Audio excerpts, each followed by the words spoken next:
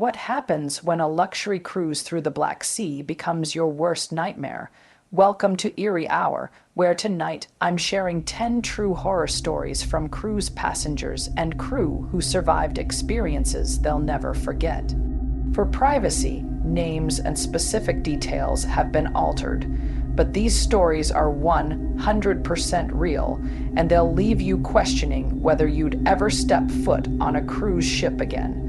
From vanishing passengers to deadly outbreaks, each account is more terrifying than the last. Have you ever been on a cruise? What's your scariest travel experience? Drop your location and current time in the comments below. And if you're ready for stories that will haunt you, hit that subscribe button and let's dive into the darkness together. My name is Aleph, and during our October 14th, 2024 sailing through the Black Sea's densest fog bank, I saw children playing on the deck at 3:00 a.m., children who weren't on our passenger manifest. I'm the cruise director for the MSG and Spirit, responsible for entertainment programming, passenger satisfaction, and keeping that bright, cheerful mood that makes people book another trip. I've worked on cruise ships for 11 years.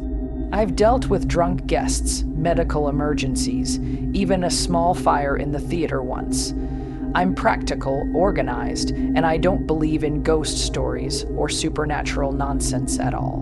Which is exactly why what happened during those 72 hours in October destroyed every logical explanation I had built my career on. We left Constanza on October 13th with 612 passengers and 248 crew members. It was a standard autumn route, down the Romanian coast into Turkish waters, then back toward Odessa. The weather forecast mentioned fog patches, nothing unusual for mid-October sailing in the Black Sea. That first day, I was busy as always, coordinating the welcome show, checking on the kids' club staff, solving a complaint about cabin assignments, normal controlled chaos that I handled almost automatically. The fog rolled in around 10 p.m. That night, not slowly, but all at once, like someone had pulled a massive curtain around the ship. Visibility dropped to maybe 10 meters. The captain reduced speed immediately, activated fog protocols, posted extra lookouts. Still routine, fog happens. We would move carefully and maybe arrive late. Nothing to panic over. I finished my rounds around 2:30 a.m. I checked the late-night buffet staffing, confirmed the next day's shore excursion lists, and made sure the casino and bars were keeping intoxicated guests under control. By then, the fog had thickened, pressing against every window, muffling sound in a way that felt wrong somehow. But ships always feel strange in fog. Physics and psychology, I told myself, nothing more. If this story intrigued you, subscribe for more unsettling stories. Like the video and comment your thoughts below. I was crossing Deck 7, the open promenade deck, when I heard it. Children laughing at 3 a.m. in heavy fog on a deck that should have been completely empty. I turned toward the sound, staring into the gray-white mist that swallowed the deck lights just a few steps away. I could see movement, small shapes, child-sized, running around, chasing each other, playing some kind of game. "Hello," I called out as I walked toward them. "Children, you need to be in your cabins. It's very late and this deck isn't safe in the fog." The laughter didn't stop. It came closer. I could make out maybe 5 or 6 children, wearing old-fashioned clothes, dark coats, caps on the boys, dresses on the girls, styles from decades ago. I tried to explain it away. "Some parents like vintage outfits. It happens. Where are your parents?" I asked. I stepped closer to a little girl who looked about 8 years old. She had dark hair in braids and wore a simple dress that looked hand-sewn. She was crouched down, drawing something on the deck with chalk, completely focused. I reached out to touch her shoulder. My hand went through nothing but cold fog. She looked up at me, smiled, and vanished like she had never existed. The laughter stopped instantly. Total silence, just the hum of the engines and waves somewhere beyond the fog. I stood there alone, heart racing, trying to force logic into place, hallucination, fatigue. Fog causing visual tricks, it had to be something explainable, except my hand was covered in white chalk dust, and on the deck beneath me was a drawing, a ship sinking, stick figures in the water, waves carefully drawn around them. I went straight to security and demanded to see the deck cameras. Andreas, the officer on duty, pulled up the footage. We watched together. It showed me walking onto deck 7 at 2:58 a.m.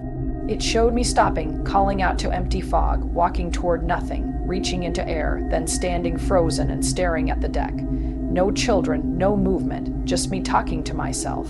Fog does strange things to perception, Andreas said gently. I've been at sea 20 years. Every time fog gets this thick, someone sees things. I held up my chalk-covered hand. Then how do you explain this? He looked at it, then shrugged. You probably touched something on the deck. Old markings, passenger art, anything. When I went back, the drawing was gone. Just damp boards washed clean by fog moisture. Sleep never came. I sat in my cabin drinking coffee, pretending to plan activities, replaying the girl's smile again and again. At breakfast, I overheard 2 crew members whispering in Romanian. I understood enough. Saw them again last night, always in the fog, poor things still looking for help. When they noticed me listening, they stopped. Saw who? I asked. What are you talking about? A housekeeper named Ruka looked at me carefully. You saw the children, didn't you? That's why you look exhausted. It always happens when the fog comes like this. Are they real? I asked quietly. Am I losing my mind? She hesitated, then said that in 1961, a Soviet passenger ship sank nearby during heavy fog. A school group was trapped below deck, 28 children and 3 teachers. Their bodies were never found. Since then, crews see them during thick fog, children playing, wearing the same school clothes. If this story intrigued you, subscribe for more unsettling stories, like the video and comment your thoughts below. I wanted to laugh, but Ruka wasn't joking. They're usually harmless, she said, but when the fog lasts too long, they get confused. They think living crew can come play, and some people follow. Follow them where? I asked. Off the deck, into the water, the fog didn't lift. Crew reports started coming in. Children seen near lifeboats, singing in corridors, always alone, always at night. On October 16th, security called me to deck 8. A bartender named Costas was standing on the railing, ready to jump. They need me, he kept saying. They're calling me. They're lonely. I heard it too. Children singing in Russian, soft and sad. I sang back, changing the words, asking him to come back. The voices stopped. For a moment, I saw them. Children standing in the fog, holding hands, looking at us. They looked at Costas, then at me, and slowly shook their heads like they were saying, no, he shouldn't come. Like they were releasing him. Costas blinked as if waking from a dream. He looked down at the dark water far below and suddenly screamed in panic. We grabbed him and pulled him back over the railing while he cried uncontrollably, shaking with fear and confusion. He kept asking what had happened and why he was out there at all. That night I couldn't rest. I went to the ship's small library and searched online archives until my eyes burned. I found records of the Kamsumalet disaster. October 14, 1961, exactly 63 years earlier to the day, a Soviet passenger ship traveling from Odessa to Sochi carrying workers and their families, a school group was on board for an educational field trip. During dense fog, the ship developed engine problems and began taking on water. Evacuation was attempted, but panic and poor visibility caused chaos. The final count was 31 dead, 28 of them children between the ages of 6 and 13. If this story intrigued you, subscribe for more unsettling stories. Like the video and comment your thoughts below. Only 3 bodies were ever recovered. The rest went down with the ship into 200 meters of water. Never retrieved, never properly buried, never truly mourned beyond a short Soviet report that blamed mechanical failure and moved on. The fog didn't lift. October 17th arrived the 3rd day, and visibility was worse than before. Crew members reported hearing children singing. Others saw them running and playing on different decks. One engineer swore he saw a small boy in the engine room, crying and asking for his mother. 3 more crew members had to be physically restrained from jumping overboard. All of them said the same thing: the children needed them. If this story intrigued you, subscribe for more unsettling stories. Like the video and comment your thoughts below. The captain called a senior staff meeting. He looked exhausted and shaken. "This fog is impossible," he said. "According to weather data, it should have cleared yesterday, but instead it's getting stronger, and whatever is happening is spreading. I have 18 crew members confined to their cabins for safety." "We can't operate like this." "They're not imagining things," I said quietly. Everyone turned to look at me. "The children are real. The Kamsumalet sank here 63 years ago today. 28 children drowned. No recovery, no memorial. No one remembers them except old records. And every year when the fog comes in mid-October, they come back." The captain stared at me. "You're telling me my cruise director believes in ghosts?" "I'm telling you, calling this mass hysteria hasn't helped. Those children are trapped, traumatized, still looking for help that never came. The fog lets them reach us. They aren't trying to hurt anyone. They just want to be remembered." An older Romanian crew member spoke up. "My grandmother sailed these waters in the 1970s. She said ships used to stop and hold prayers when passing this site during fog. After the Soviet Union collapsed, people stopped doing it. Maybe that's why this started again. I made a decision that definitely broke company rules. Tonight at midnight, we hold a memorial service on Deck 7. For the children, anyone who wants can attend. We give them what they never had." The captain hesitated, then nodded. "Try it. Can't make things worse." I spent the day preparing. I found the names of all 28 children. Printed cards, candles, flowers at 11:30 p.m. More than 100 crew members gathered despite the fog. I read every name aloud, their ages, small details, dreams written in old records. I spoke into the fog, telling them they were remembered. If this story intrigued you, subscribe for more unsettling stories. Like the video and comment your thoughts below, that they mattered, that they could rest. Prayers were spoken in many languages. We sang a simple children's song. Slowly, impossibly, the fog began to thin. By dawn, October 18th, it was gone. No more voices, no more sightings. The rest of the voyage passed normally. I still don't know if I believe in ghosts, but I believe in memory. And every October 14th, I light 28 candles and read their names aloud. My name is Wan, and on August 22, 2024, during a routine inspection between Burgas and Trabzon, I discovered Deck 13, a deck that was not listed on any ship's schematic. I am a food safety inspector from Vancouver, hired to audit cruise ship kitchens. It's boring work, mostly temperatures, paperwork, and cleanliness checks. I've inspected nearly 200 ships over 15 years. If this story intrigued you, subscribe for more unsettling stories. Like the video and comment your thoughts below. Never found anything worse than spoiled food. The MS Northern Crown was supposed to be routine. 3 days on board, inspect the kitchens, file my report, leave. The ship was old but well kept, built in 1987 and refitted several times. It sailed Black Sea routes under a Maltese flag. By the second day, I was ahead of schedule. Riding the service elevator from Deck 4 to Deck 9, I noticed something strange. The buttons went from Deck 12 straight to 14. No 13. That's common superstition, but the spacing felt wrong. Ships can't just skip a deck structurally. I pressed 12 and got off. The stairwell showed the same thing. Too much space between floors. There was a missing level. At the end of the corridor, I found a steel door marked authorized personnel only. No windows, electronic lock. My credentials didn't work. That bothered me. So did 15 years of experience telling me hidden areas hide problems. I returned with my tools. 10 minutes later, the lock opened.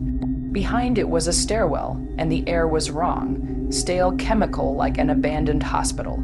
Emergency lights flickered. Russian writing covered the walls. I stepped down onto Deck 13. The corridor was bare and institutional.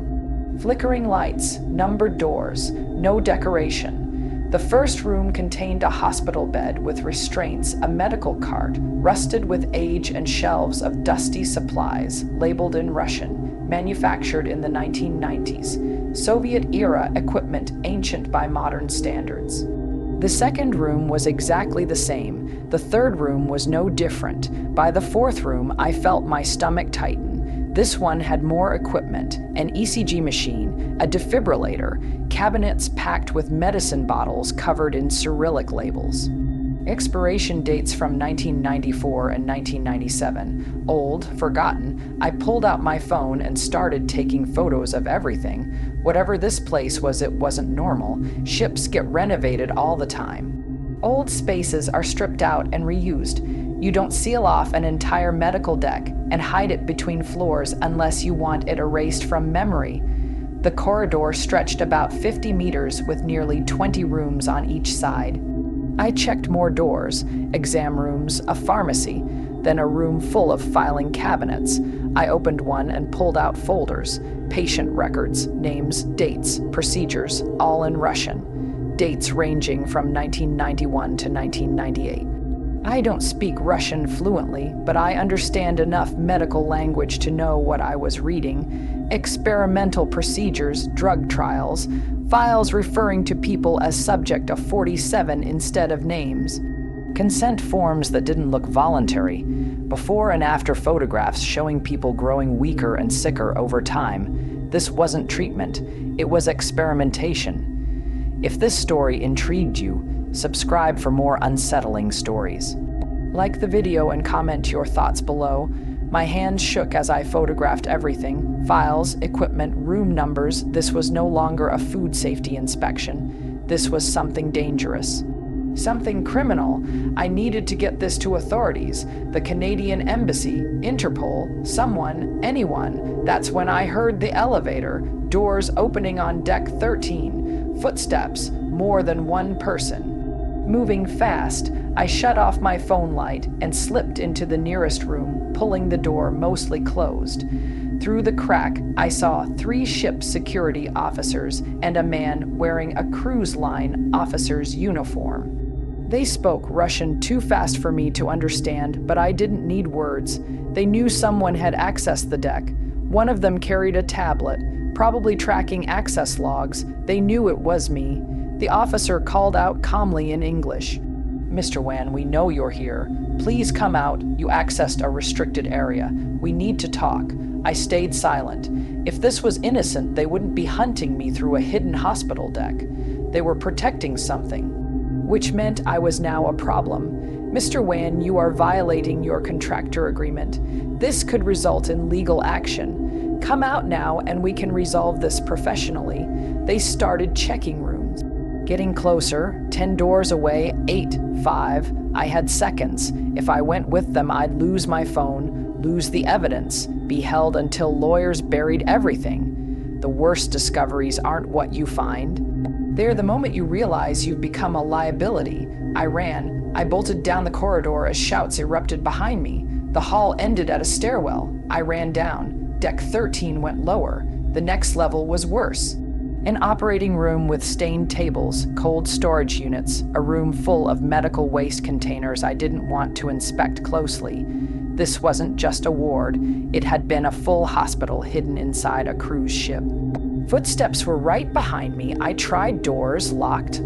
One opened into a lab. I ran through it and found a back exit leading into a maintenance corridor.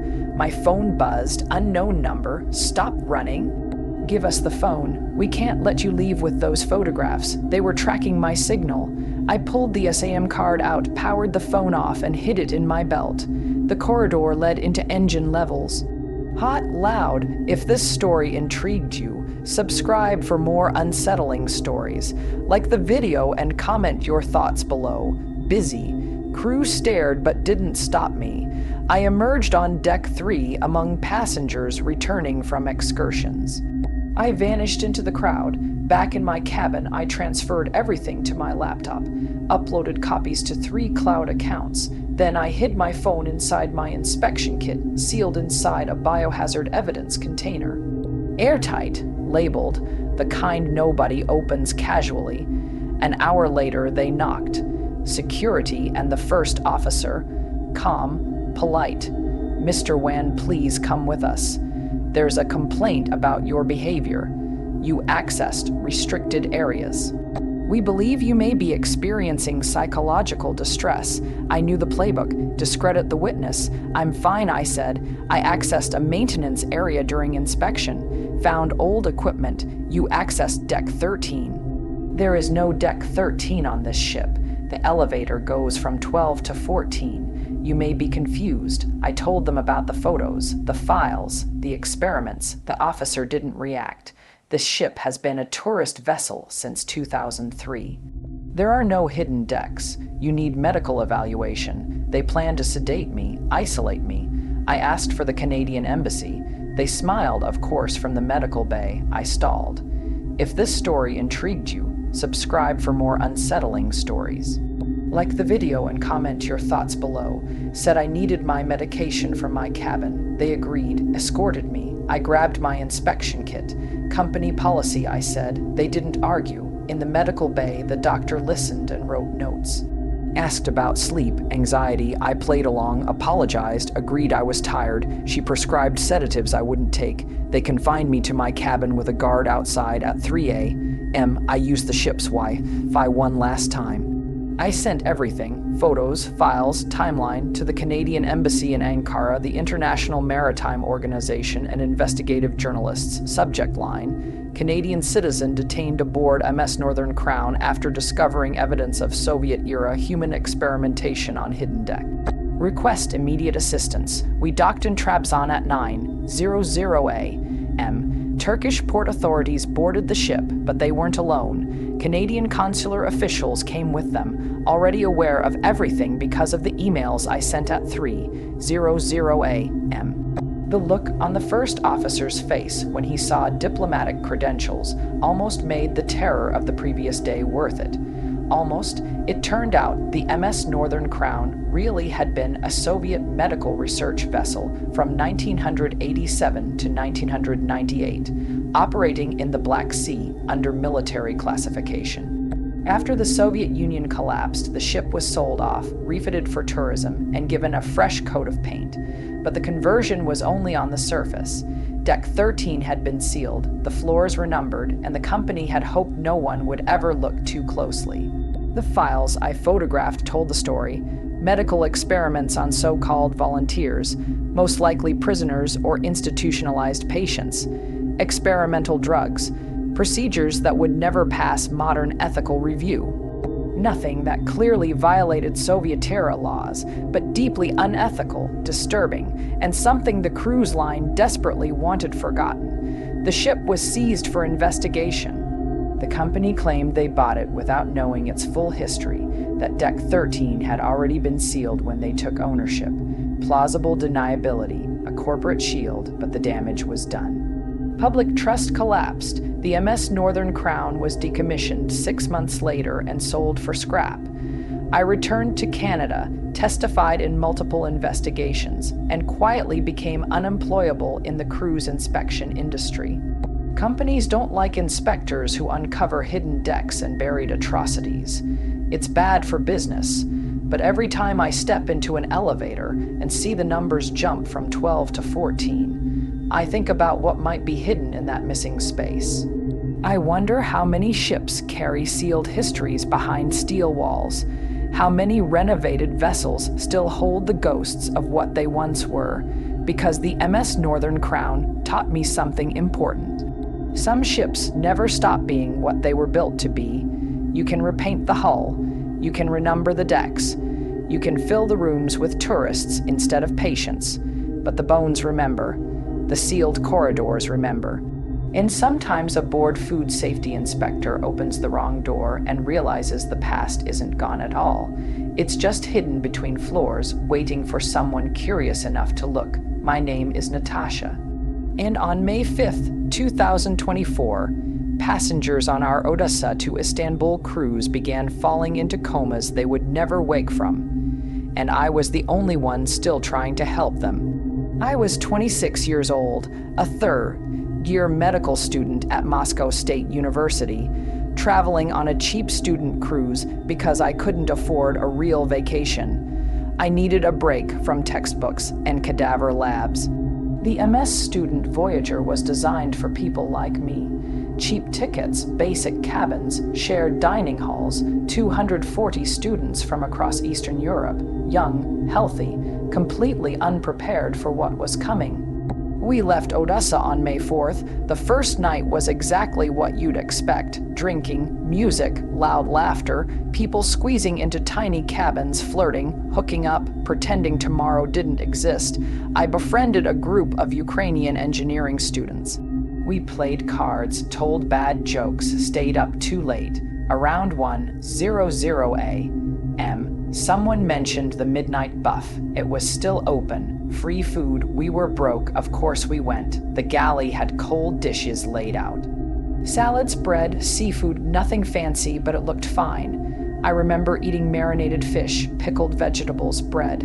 My friends piled their plates high. We ate, laughed, and went to bed around 3:00 a.m. If this story intrigued you, subscribe for more unsettling stories. Like the video and comment your thoughts below. I woke at 10:00 a.m. feeling normal, met my friends for late breakfast, except Dmitri wasn't there. His roommate said he wouldn't wake up, just sleeping deeply, no response to shaking or noise. We joked about him being badly hungover and went on with the day. By 2:00 p.m., 5 students were missing from scheduled activities. By 4:00 p.m., the ship's small medical clinic was overwhelmed. Students were being carried in, unconscious, unresponsive. This wasn't sleep, this was deeper. Comatose, the ship's doctor, an older Bulgarian man named Dr. Petrov, was panicking, checking vitals, running tests, saying over and over, "I don't understand." Heartbeats normal, breathing normal, no injuries, no obvious poisoning, but none of them would wake up. Complete neurological shutdown. By 8:00 p.m., 30 students were comatose. The clinic couldn't handle it. Dr. Petrov converted the ship's small theater into an emergency ward, laying students on makeshift beds. I volunteered immediately. I was only a third-year student, mostly trained to observe, but I knew basic care. I could help. By midnight, Dr. Petrov collapsed. He stopped mid-sentence, looked confused, sat down, and lost consciousness.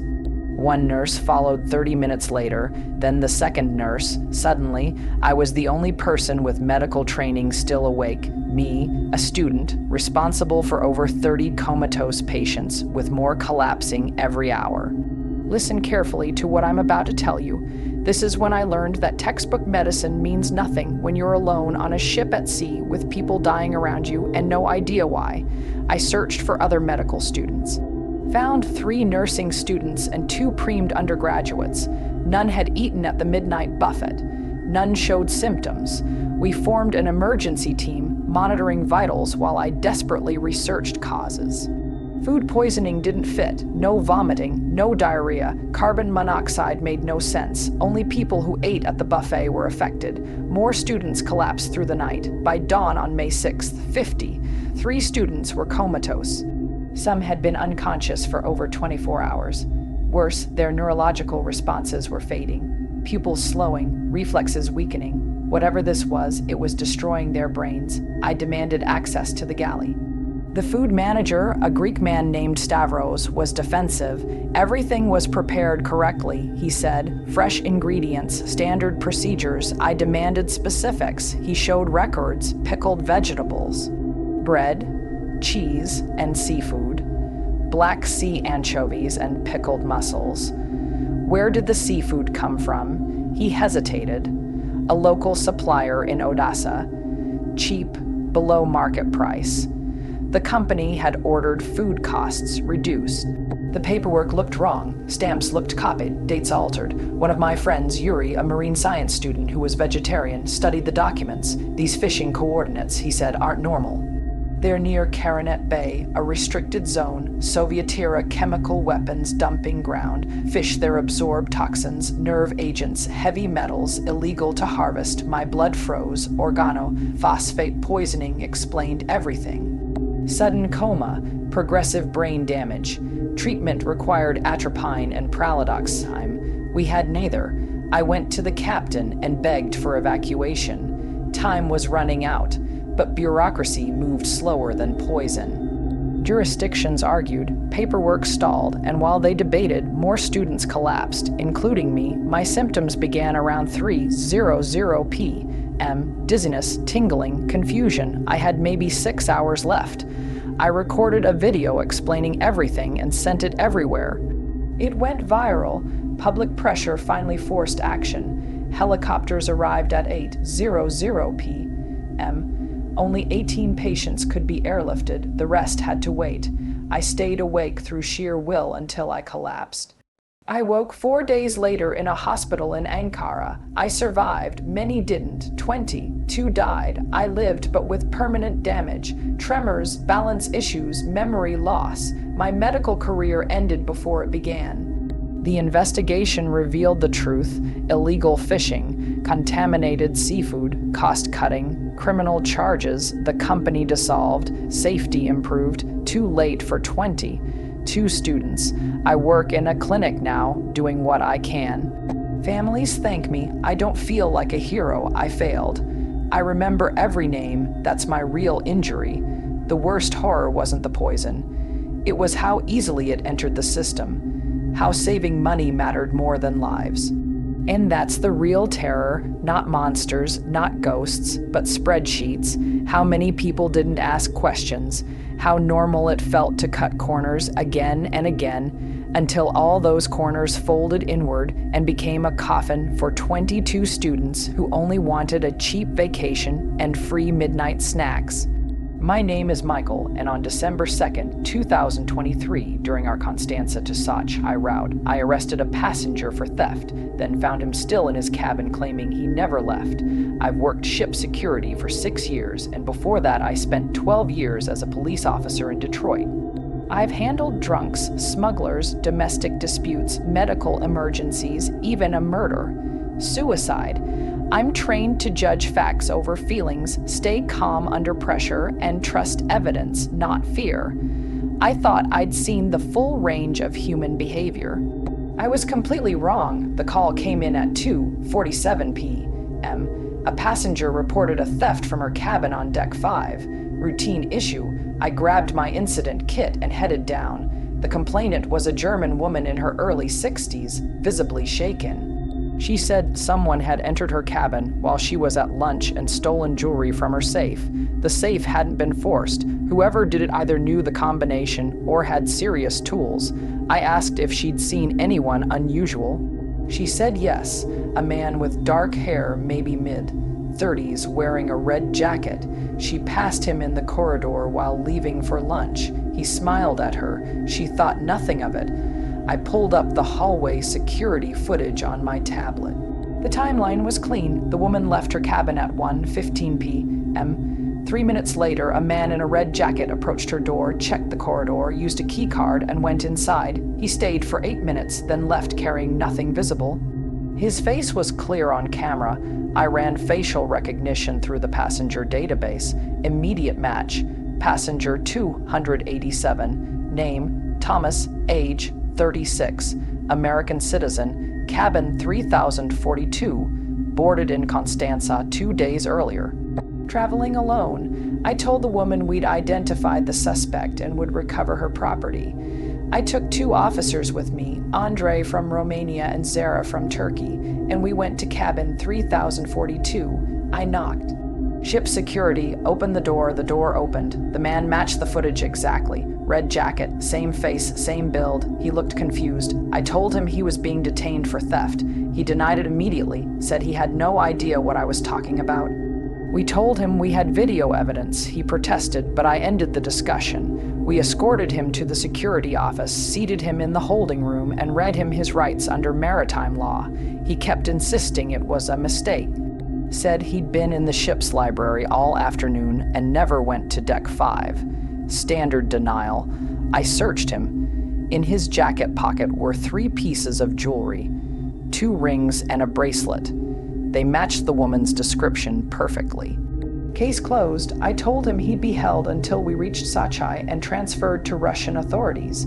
He stared at the jewelry like it was unfamiliar, asked how it got there. I didn't respond. We locked him in the brig, a small detention cell meant for exactly this situation. He looked scared and confused, but that's common. Criminals panic when caught.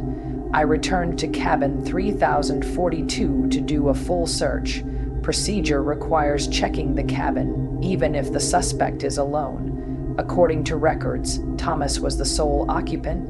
I knocked, no answer. I used my master key. Thomas was sitting on the bed, reading a book. The same man, same face, same dark hair, same body, different clothes, jeans, and a gray shirt instead of the red jacket. But unmistakably the same person. I said his name. He looked up calmly and asked if something was wrong. My composure cracked. I asked for his ID. He handed me his passport without hesitation. The number matched the records. The photo matched his face. Valid stamps. Everything correct. I asked where he'd been for the last hour. He said right there. He'd had lunch around noon and returned to his cabin at 1:30. He hadn't left. I showed him the footage of the man in the red jacket entering the German woman's cabin. He frowned and said it looked like him, that it was his jacket, but he hadn't gone anywhere.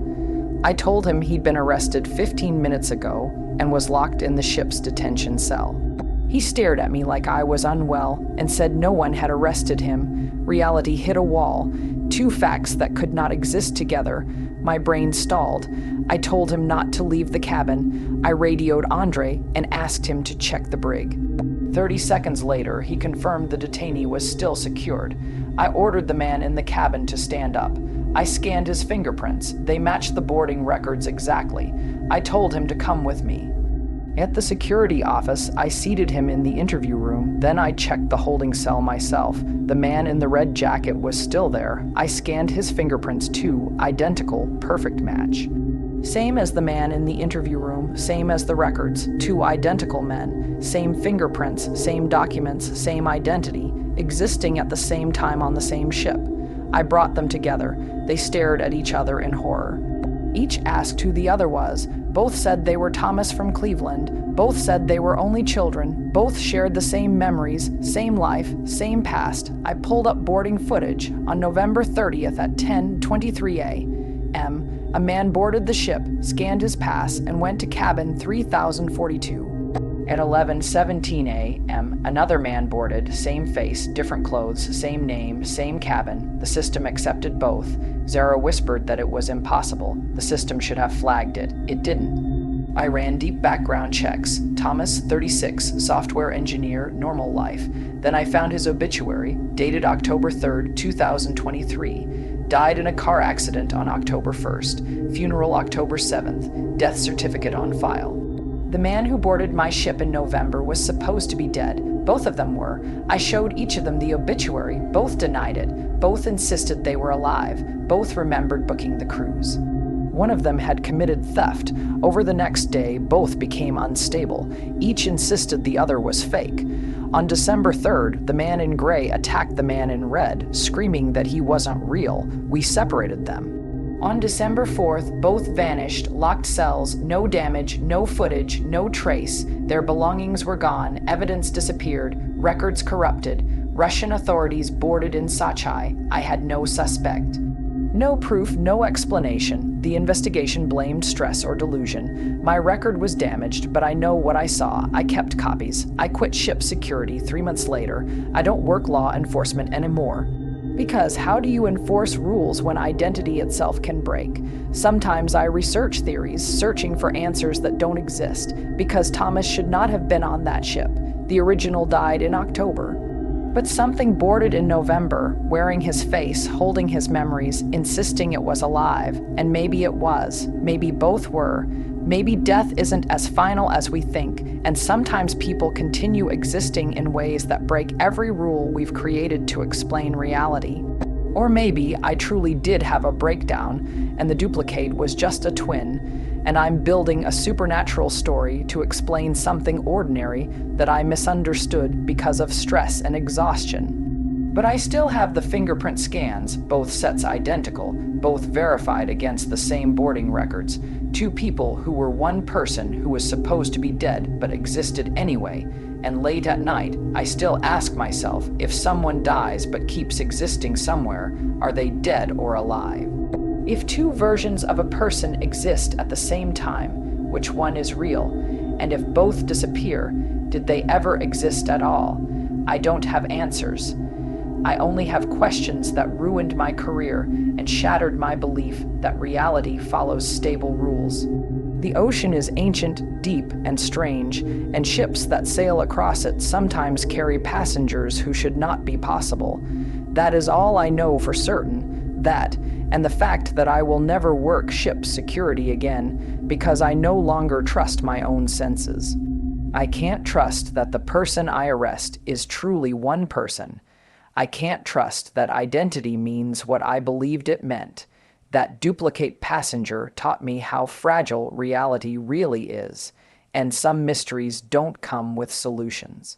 They only leave behind witnesses who spend the rest of their lives being called insane for telling the truth about what they saw. My name is Captain Ian, and on my retirement cruise from Istanbul to Constanza on February 28, 2025, I discovered my ship was scheduled for one final journey with no living passengers meant to survive it. I gave 40 years of my life to the sea. I started as a deckhand at 21. I worked every job imaginable from the engine room to the bridge. I earned my captain's license at 32. The MV Carpathian Queen had been my ship for the last 8 years. She was old, built in 1994, worn down by decades of salt and storms, always in need of repairs. But she was mine. This final 7-day cruise was meant to be my goodbye. Calm Black Sea waters, familiar ports, a peaceful ending to a life spent at sea. Then I found the paperwork that revealed where this ship was truly headed, and everything I believed about my career turned to dust. It began quietly. We left Istanbul on time. 412 passengers, a full crew of 156, a normal February cruise, retirees escaping winter, families enjoying cheaper off-season prices. I followed my usual routine, greeting passengers, reviewing systems, reading reports. The same habits I'd repeated for decades. On day 2, March 1st, I was reviewing maintenance logs in my cabin when I noticed a locked drawer in the desk, a captain's desk I had used for years. But this drawer wasn't listed in ship records. I'd been captain for 8 years and had never seen it before. I blamed age, thinking maybe I'd simply overlooked it. I tried my master key. It didn't open. I entered my personal override code, still locked. A compartment the captain couldn't access on his own ship felt wrong. I called the ship's engineer, a Bulgarian man named Georgi, and had him help bypass the lock. Inside were sealed documents marked * corporate confidential disposal protocol *. Several pages had my name on them. My signature was there too, forged on approvals I had never seen. The first document described plans to scuttle the * Carpathian Queen *, scheduled for March 7th, 2025, exactly 5 days after my retirement cruise ended. The ship was to be sunk in international waters. Insurance would be claimed under mechanical failure, total loss, crew evacuated, passengers supposedly disembarked beforehand. The second document stopped my heart. It was a manifest, not the official passenger list. This was labeled * disposal manifest final voyage * 20. 3 names were listed. Next to each name was a note, * witness elimination priority *. 19 of those names matched passengers currently aboard my ship. The third document was a hit authorization. Subject, Captain Ian, method, accidental death during scheduled scuttling operation. Reason, final loose end. Captain has expressed concerns about ship operations. Cannot be trusted to remain silent after retirement. Read that carefully. My own company planned to kill me, along with 19 passengers, to erase evidence of crimes I didn't even know were happening on my ship. I confronted Georgi immediately. I asked him if he knew. The look on his face said everything. Fear, shame, acceptance. He told me they'd threatened his family, his grandchildren. He said he had no choice. I asked him what the ship had really been used for. He looked away and told me the truth. For 3 years, since new ownership took over, there were secret nighttime pickups in remote ports. Sealed containers loaded after manifests were finalized. Bodies, trafficking victims who didn't survive, witnesses who knew too much. They were dumped in international waters. There were people on my ship right now who were meant to die before reaching Constanza. Suddenly, everything made sense. The maintenance work that forced me off the ship during certain port calls, restricted cargo holds labeled as sensitive materials, crew rotations replacing trusted staff with strangers. My authority quietly stripped away. My ship had become a floating execution site, and I had been too focused on routine to notice. I asked who else was involved. He said maybe 40 crew members, my first officer. Head of security, deckhands, engine room staff, they were watching me. If they suspected I knew, they would act early. I had 30 seconds to decide whether hundreds of people would live or die. I chose silence. I acted normal. I needed to identify which passengers were marked and which crew I could trust. Over the next 6 hours, I quietly reviewed every record I could access. I cross-checked the hidden manifest with official bookings. 19 passengers targeted: journalists, former company employees, lawyers who helped trafficking victims, witnesses who knew too much. Mixed among them were innocent families and retirees who had no idea their vacation was meant to end underwater. The plan was horrifyingly simple: stage a mechanical failure during a March storm, evacuate the crew, seal targeted passengers below deck, blame the dead captain, collect insurance, erase evidence. On the evening of March 2nd, I called a private meeting with the 19 marked passengers, pretending it was a safety briefing. I told them the truth. They thought I was insane until I showed them the documents. Fear spread through the room. One journalist, Oksana, asked what we could do. A lawyer said we were outnumbered. I told them we had to force an early evacuation, but calling distress meant revealing I knew. Not calling it meant sailing 5 more days with people who wanted us dead. I made the decision that ended my career but saved lives. On March 3rd at 02:00 hours, I disabled the main engine cooling system, creating a real emergency. I sent a distress call. The compromised crew realized immediately. My first officer confronted me with a gun and told me I'd destroyed everything. Then the storm hit. The ship began to fail for real. Fighting broke out, corridors flooded, the ship listed. I ordered a full evacuation. Turkish Coast Guard vessels reached us as the weather briefly cleared. We saved 398 passengers and 134 crew. 18 people died. The Carpathian Queen sank at 8:47 a.m. on March 4th. The investigation exposed everything. Executives were arrested. Networks collapsed. I testified for months. My license was suspended, then reinstated with reprimand. I never captained another ship. I live in Constanza now, watching ships leave the harbor. Sometimes I'm called a hero. I don't feel like one. I was just a captain who finally saw the truth. The sea keeps its secrets.